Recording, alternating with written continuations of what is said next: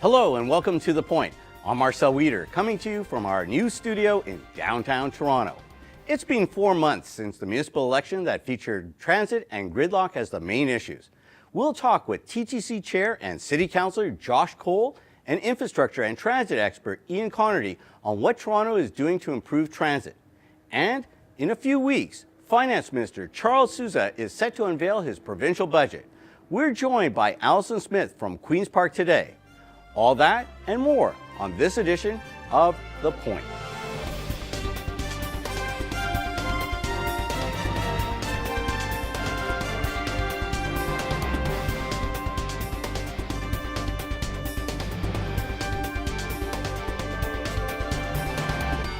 John Tory rode to victory on a campaign of getting Toronto moving. His platform, called Smart Track, called for significant investments in transit. Now, 4 months later, Council approved over $2 million to study the Mayor's plan.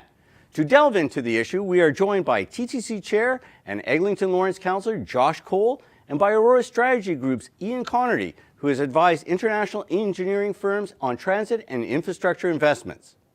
I'm joined with Councillor Josh Colle from Eglinton Lawrence and TTC Chair. Thank you for joining us. Thanks very much for having me. Pleasure to be here. Councillor Colle, maybe you can share some of your vision, both from a long-term and a short-term, of how you see transit being tackled here in Toronto.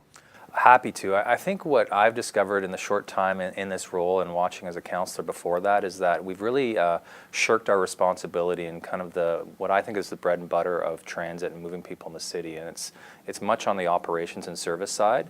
And we really get excited or distracted sometimes by all the, drawing lines on napkins of what the latest, route or expansion should be, which is important. But at the same time, I think we've neglected our core service and our core responsibility, which is keeping the system maintained and modernized and making sure that we're actually moving people. And I think right now we're teetering in an area where we've tilted to one side where we're not effectively moving people, and our reliability is down, and our service standards aren't where they should be. So I think that's where we need to invest in and focus on, and certainly that's where I hope I will lead the commission over the next 4 years. Now, you recently introduced a transit commitment to users.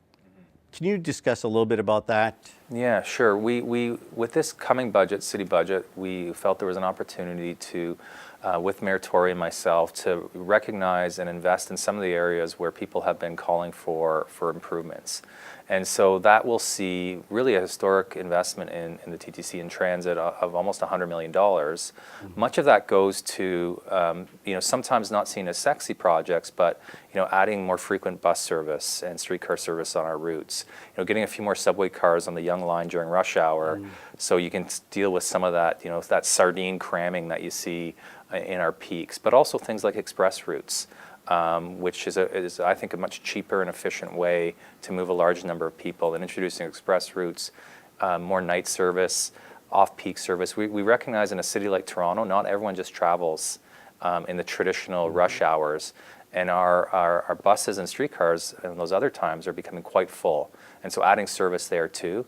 And then the other part of it was introducing that children 12 and under will now ride free, which is much more, I would say, social policy than transit policy, but I think an important step from a transit perspective in building ridership and building kind of the next generation of people who will use transit and actually be ambassadors for the TTC.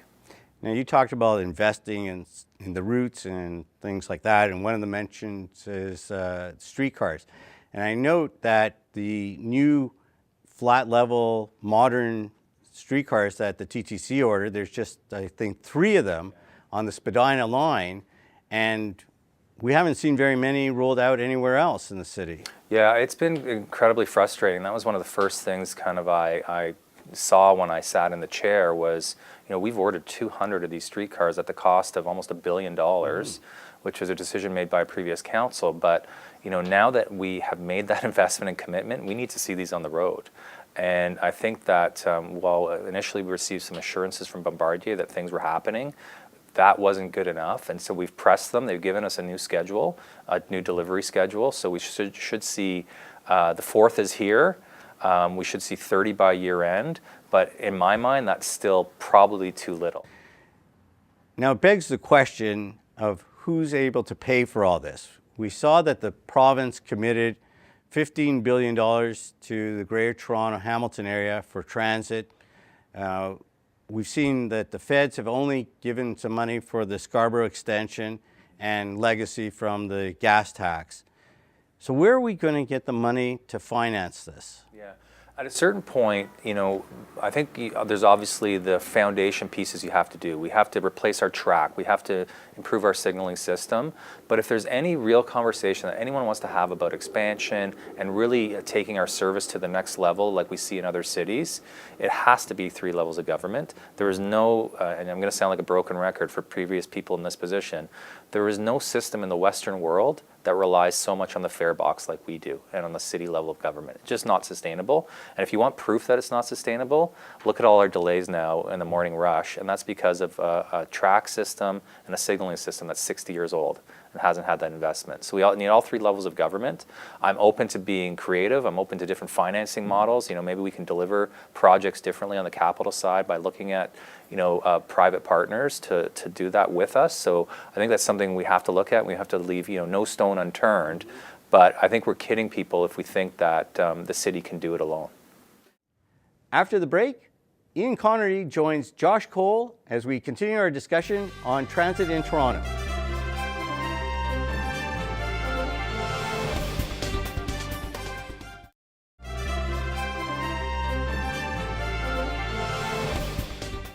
We're joined by Ian Connerty, who's advised international engineering firms on transit and infrastructure.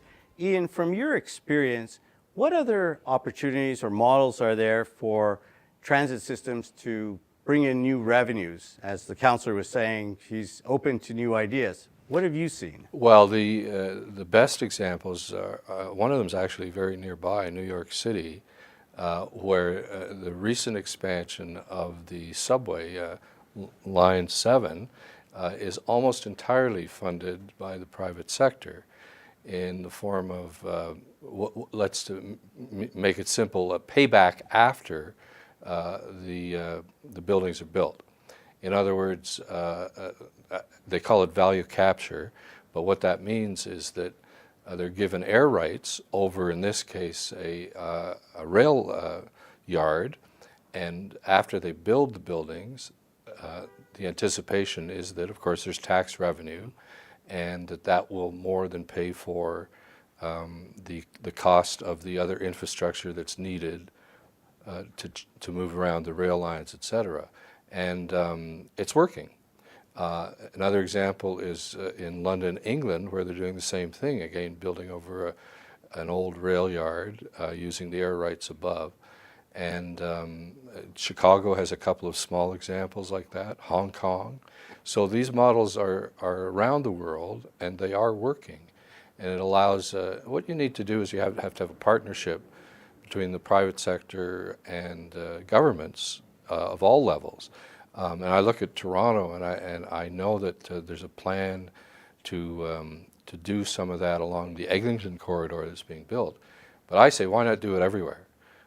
I'm thinking, Councillor, of one particular station, just a random one, is Bathurst and Bloor, where you have right beside a major thoroughfare, you have a bus and you have a subway, and there's nothing built above it. It's just open skies. Yeah, and it's funny you mentioned Bathurst, because I often cite that one as the example that 60 years after the line's been built, and there's development around the site, we have this land that has basically nothing on it. And how are we utilizing or leveraging that? And in that case, we're not. One interesting thing about the way the TTC and the City of Toronto and that relationship on kind of capturing some of that land value is that technically the TTC would have to declare that land surplus, and it goes to build Toronto.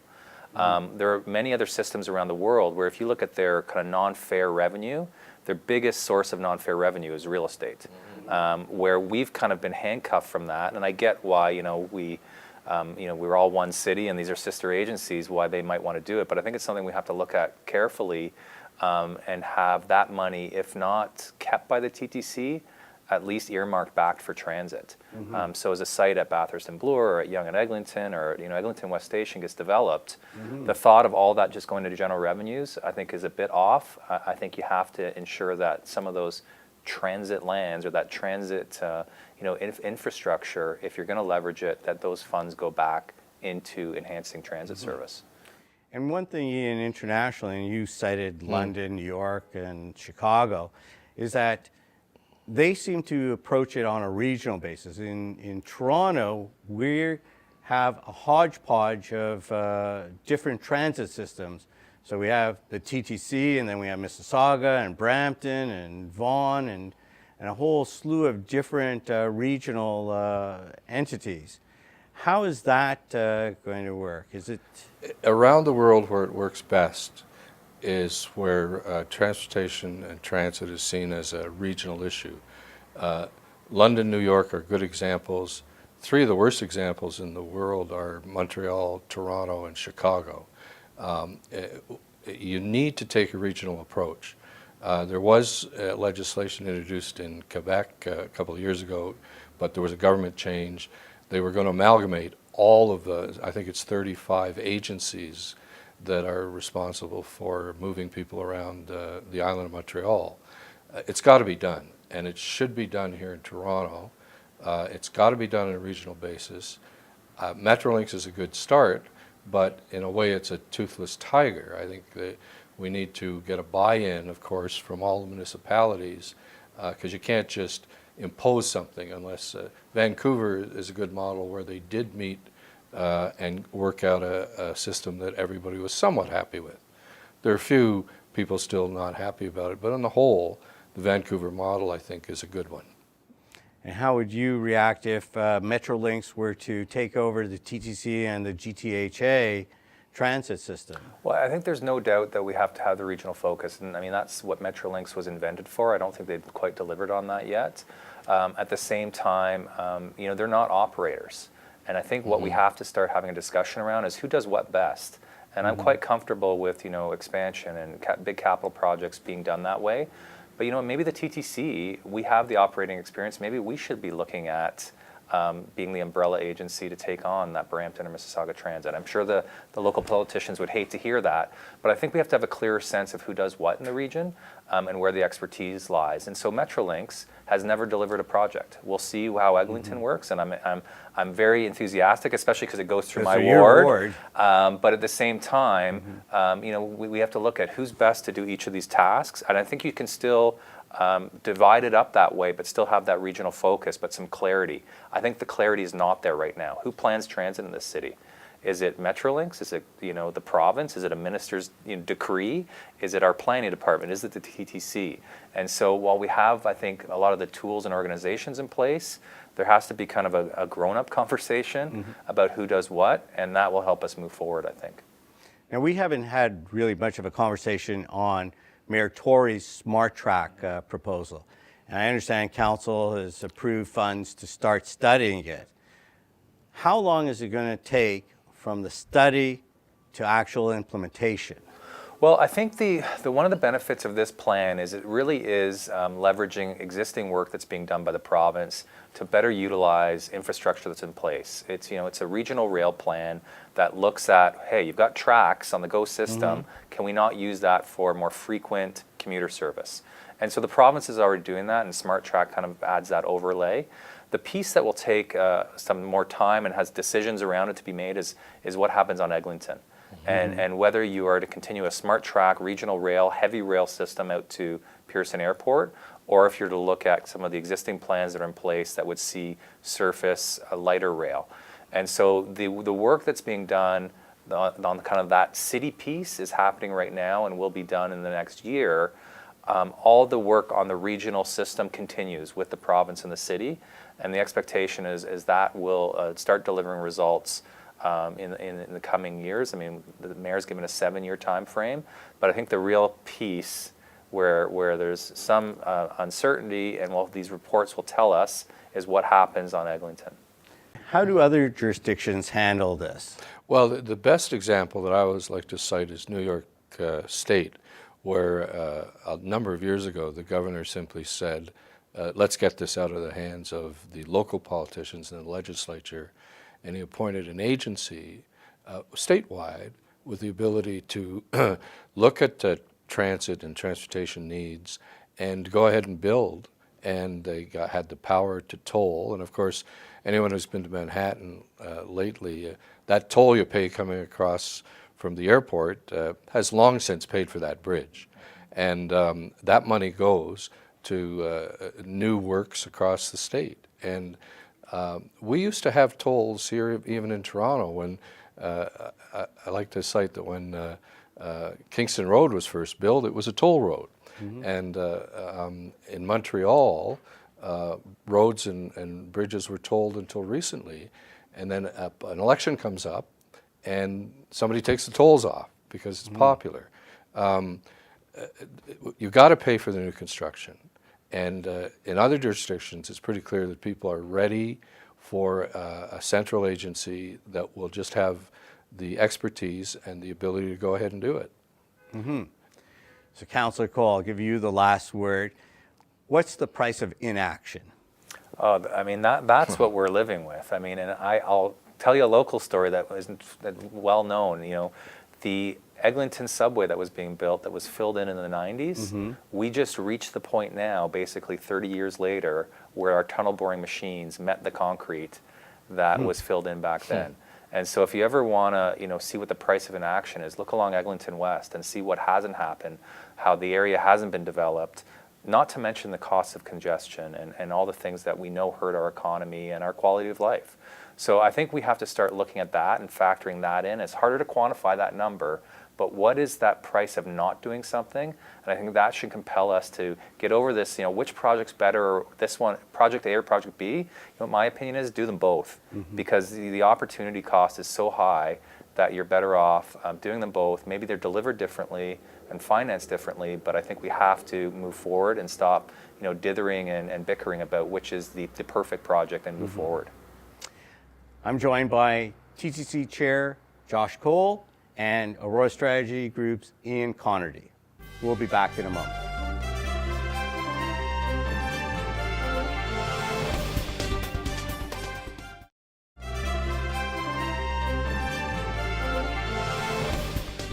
The Ontario Legislature has seen one of the stormiest sessions in recent memory. OPP investigations, sex ed controversy, and an Ontario PC leadership campaign thrown into the mix. To get a handle on what's happening, we are joined by Queen's Park Today publisher Allison Smith. Allison, thank you for joining us. Hi, Marcel. Have you ever seen such an intense start to a legislative session than the one that we're witnessing right now? I mean, never say never, but it has been quite the show with the Sudbury by-election scandal and the mix of the sex ed curriculum and its criticisms thrown in there. We've definitely got a scandal and we've got sex, so that's enough to keep everybody up at night. Well, what is it that you don't talk about in polite company? Is religion and sex and money, something like that, or politics? We've got everything in the mix right now. Absolutely. So the question period has been overtaken for the past 2 weeks since the legislature opened with questions about the bribery scandal in Sudbury. Mm-hmm. And the Premier's really been sort of holding a really tight line that she's not going to talk about any of it in any of the investigations inside the legislature. So what that's really led to is a lot of the opposition parties questioning her, but we're really not getting anything out of the Premier. So it's a bit of actually a stalwart right now, and I think the opposition parties would be better to move on from it actually at this point with a budget coming and a lot more issues out on the plate. We have seen that the public, or at least that the Liberals can survive mm-hmm. scandal. It was a very convenient distraction for the government by introducing the sex ed curriculum, and then just as the Conservatives have done in the past, whether it was during the election with the 100,000 jobs or the previous election on New Canadians, they get caught up with a shiny ball and they get distracted and give the Liberals an opportunity to change the channel. as it were. Right. When they get wrapped up in sort of social conservative values, I think is where the party flounders. And I think it's a very small part of the party. And most members of the party aren't interested in that at all. So it is a big distraction because then they get swallowed up in evolution scandals and questions about whether or not they're homophobic. And these are just not the things the party that is kind of down and out right now. It doesn't have a leader. It's time for it to rebuild. And little balls like that and sort of rogue MPPs are really not helping them out. Well, unfortunately, when you're in opposition, discipline is a lot harder to maintain than when you're in government. That's true, but Jim Wilson has actually been credited with doing a very good job up to this point with the caucus, that he sort of stepped in as an interim leader and kind of got everyone together. He's been able to hold a party line. He hasn't done anything sort of crazy or out there, so it's a bit of a surprise that this is happening now, but I guess, like you said, some issues get people excited. So where in all of this is NDP leader Andrea Horwath? She's kind of being marginalized, and we really haven't heard much from her. She's on the same page as the PCs with the bribery scandal. She's talking that one up big, but again, she's just the third party right now. So, and she lost her sway of power in the June election, and I think that she's becoming less and less of a voice in the province. Probably much to her dismay, because if we remember 2 years ago, she had a very high approval rating, Right. and she's there every day, she's asking the questions, she's putting pressure on the government, but at this point they've won against the NDP right now. They won in the Sudbury by-election, so despite the scandal, they stole their seat, and there's not that much that the NDP can do about it. Finance Minister Charles Sousa is going to be presenting his second budget, or I guess his third budget. The first one was defeated, causing an election. Then he brought it back in a second, and I guess now would be formally his third budget. Plus a fall economic statement. So he's actually done a lot in about 11 months. Do you think that Charles Sousa can get to zero deficit? He's projected to have that by, I believe, 2017-18. I don't know. It seems like a tough sell. Nobody is really kind of really believing that it's going to happen. The Conference Board of Canada said that even if they do everything that they say they're going to do, they're still going to end up with over $2 billion deficit by then. We haven't seen the Liberal government take a lot of big risks or do a lot of the big cuts that people say are going to be necessary for this to happen. So I think that this budget is going to be kind of the telltale one. Well, that raises an interesting point, because we have Ed Clark, former TD Bank president or chair, who is advising the government on monetizing assets of the government. And he's talking about selling off the local distribution companies that look after your electricity, famously about the beer stores, LCBO, and the private wine stores are in the news today. So, he's looking at a wide range of things. How do you see that playing out in the budget? Well, it's two different things. If we're talking about the deficit, if we're selling off Hydro One and the distribution sectors or parts of Hydro One, all that's going to do is it's going to bring in $2-3 billion to the government, but they've promised that money is going to go to infrastructure. It's going to go into their Trillium Trust. So it's going to be spent, and it's going to be spent on the province. It's going to help out, but it's not going to go to eliminating the deficit. And if anything, it's going to make eliminating the deficit harder, because those You don't have a revenue stream. right. So you're losing. I mean, the reason that anybody would buy this off the government is because it makes some sort of money. So they'll make a lump sum off of it, but it's not going to help with the deficit. There's a lot more issues that we could spend time on. We've unfortunately run out of time, but we'd love to have you back on the show, maybe after the budget, and we can delve into all the different aspects of that. Absolutely. Thanks so much for joining me. You're welcome. Thank you, Marcel.